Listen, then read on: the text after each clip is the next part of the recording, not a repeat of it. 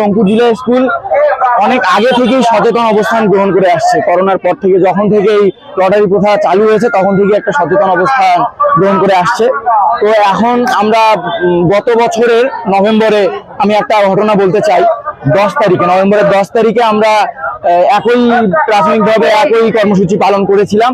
তো ওই দিনে প্রশাসনিক বিভিন্ন ঊর্ধ্বতন কর্মকর্তারা উপস্থিত ছিলেন, রংপুরে কারমাইকেল কলেজে উপস্থিত ছিলেন।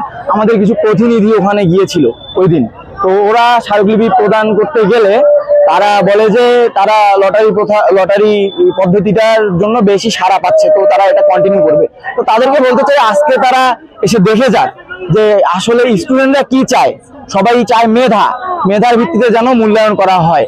আর একটা বিষয় আমরা বলতে চাই, যদি আমাদের এই দাবি দেওয়া পূরণ না করা হয় তো আমরা রংপুর ব্লকের মতো কর্মসূচি গ্রহণ করতে বাধ্য হব। তো আমরা এটা হুঁশিয়ার করে দিতে চাই যেন আমাদের অতি দ্রুত এই দাবিগুলো পূরণের ব্যবস্থা নেওয়া হয়। আমার নাম মোহাম্মদ শাহরিয়ার মিরাজ, আমি রংপুর জেলা স্কুলের প্রাক্তন শিক্ষক। সমস্ত অবকাঠামো আমাদের সম্পূর্ণ ব্যক্তিগত নিয়ন্ত্রণে আনা, যাতে এখানে ভবিষ্যতে কোনো প্রকার রাজনৈতিক কিংবা কোনো ব্যবসা ভিত্তিক প্রোগ্রাম রংপুর জেলা স্কুলে আর দ্বিতীয়বারের জন্য সংগঠিত না হয়। আপনারা জানেন জাতীয়তাবাদী দল বিএনপির সঙ্গে আমাদের অলরেডি একটা সংঘাত হয়ে গেছে এরকম একটা প্রোগ্রামকে কেন্দ্র করে। তো আমরা চাই না যে দ্বিতীয়বার এরকমটা হোক, যাতে আমাদের কোনো শিক্ষার্থী নিরাপত্তা হুমকির মুখে পড়ে।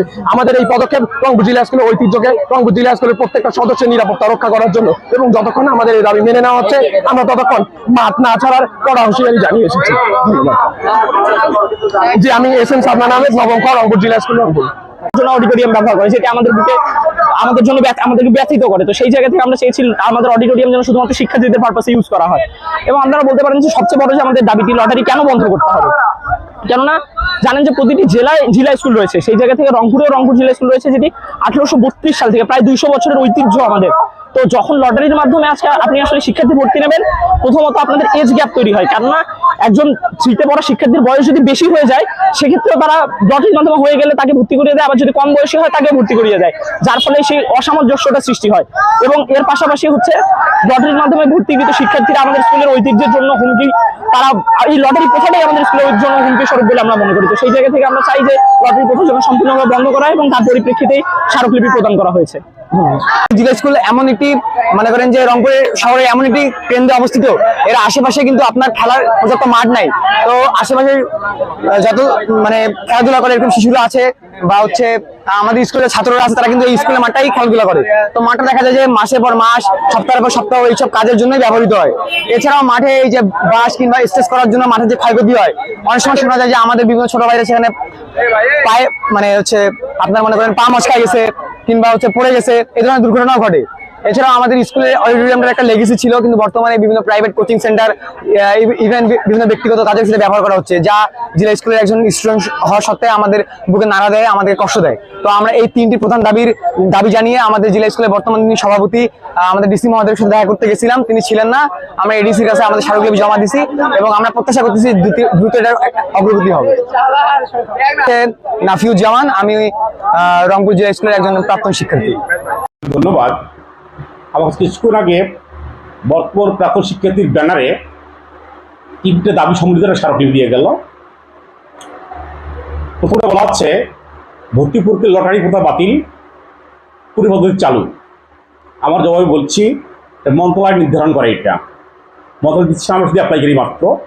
সুতরাং মন্ত্রণালয় ডিসিশন ভালো মনে করে নিবে, তাহলে তাদের উপর ছাড়িয়ে দিতে হবে, আমাদের কথা আমরা জানাতে হবে তাদেরকে। আমরা সেকেন্ড ছিল বিদ্যালয়ের একটা রাজনৈতিক প্রোগ্রাম ইত্যাদি করা যাবে না। আমি এটা জবাব দিচ্ছি, এরা জেলা স্কুলের সভাপতি হচ্ছে জেলা প্রশাসক, তার ক্লিয়ারেন্সেই এটা হয়। জেলা প্রশাসক ক্লিয়ারেন্স না দেয় কোনো অনুষ্ঠান এখানে হবে। এখানে রিসেন্টলি একটা প্রোগ্রাম হয়েছে জামাত ইসলামের, জেলা প্রশাসন দিয়েছেন ভেরু, তার মিটিংয়ে চলে গেছে তারা। আর বলা ছিল অডিটোরিয়াম ব্যবসায়িক উদ্দেশ্যে প্রাইভেট কিছু ভাড়া দেওয়া হবে না। আমরা এটা এখন করি না। আমরা ওটিএফ যারা ইউজ করো, জেলা প্রশাসন ক্লিয়ারেন্স নেওয়ার পর তারা করে কাজটা, তাদের আপনি ভোট দেখাতে দেয়, তার ক্ষমতা চলে গেছে তারা। এই তিনটা জবাব দিলাম, তারা সন্তুষ্ট। আপনারা আমি আপনার এটা আপনাকে জানাবো আমার পক্ষ থেকে দাবিগুলো। মন্ত্রণালয় কি এই বিষয়টা আপনারা কবে নাগাদ অবগত করবেন? এটা মন্ত্রণালয় জানায়, সারা বাংলাদেশ মন্ত্রণালয় জানে এটা। জেলা প্রশাসন তুলে সিলেক্ট ব্যাপারটা হয়তো আমরা আশা করছি সেপ্টেম্বর অক্টোবরে আদেশ জারি হতে পারে, তবে কিন্তু যা হতে পারে আর কি সম্ভব। ধন্যবাদ।